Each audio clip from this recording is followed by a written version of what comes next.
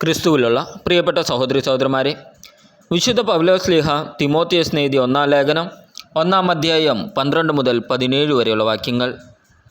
എന്നെ ശക്തിപ്പെടുത്തുന്ന നമ്മുടെ കർത്താവായ യേശു ക്രിസ്തുവിന് ഞാൻ നന്ദി പറയുന്നു. എന്തെന്നാൽ തൻ്റെ ശുശ്രൂഷയ്ക്കായി എന്നെ നിയമിച്ചുകൊണ്ട് അവൻ എന്നെ വിശ്വസ്തനായി കണക്കാക്കി. മുമ്പ് ഞാൻ അവനെ നിന്ദിക്കുകയും പീഡിപ്പിക്കുകയും അധിക്ഷേപിക്കുകയും ചെയ്തുവെങ്കിലും എനിക്ക് കരുണ ലഭിച്ചു. കാരണം അറിവില്ലാതെ അവിശ്വാസിയായിട്ടാണ് ഞാൻ പ്രവർത്തിച്ചത്.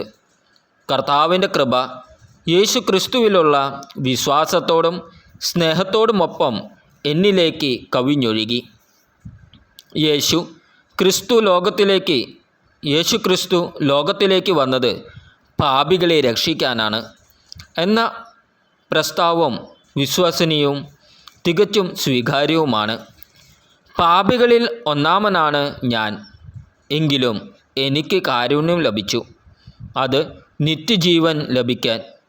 യേശു ക്രിസ്തുവിൽ വിശ്വസിക്കാതിരിക്കുന്നവർക്ക് ഒരു മാതൃകയാകത്തക്ക വിധം പാപികളിൽ ഒന്നാമനായ എന്നിൽ അവൻ്റെ പൂർണ്ണമായ ക്ഷമ പ്രകടമാകുന്നതിനു വേണ്ടിയാണ്.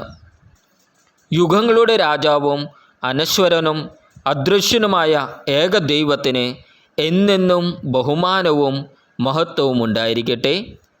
ആമേൻ. ഇന്നത്തെ ദൈവവചനം വിശുദ്ധ മത്തായി എഴുതിയ സുവിശേഷം 25-ാം അധ്യായം 31 മുതൽ 40 വരെയുള്ള വാക്യങ്ങൾ. മനുഷ്യപുത്രൻ എല്ലാ ദൂതന്മാരോടും കൂടി മഹത്വത്തിൽ എഴുന്നള്ളുമ്പോൾ അവൻ തൻ്റെ മഹിമയുടെ സിംഹാസനത്തിൽ ഉപവിഷ്ടനാകും.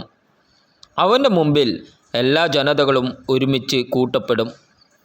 ഇടയൻ ചെമ്മരിയാടുകളെ കോലാടുകളിൽ നിന്ന് വേർതിരിക്കുന്നത് പോലെ അവൻ അവരെ തമ്മിൽ വേർതിരിക്കും. അവൻ ചെമ്മരിയാടുകളെ തൻ്റെ വലത്തുവശത്തും കോലാടുകളെ ഇടത്തുവശത്തും നിർത്തും. അനന്തരം രാജാവ് തൻ്റെ വലത്തുഭാഗത്തുള്ളവരോട് അരുളി ചെയ്യും, എൻ്റെ പിതാവിനാൽ അനുഗ്രഹിക്കപ്പെട്ടവരെ, വരുവിൻ, ലോകസ്ഥാപനം മുതൽ നിങ്ങൾക്കായി സജ്ജമാക്കിയിരിക്കുന്ന രാജ്യം അവകാശപ്പെടുത്തുവിൻ.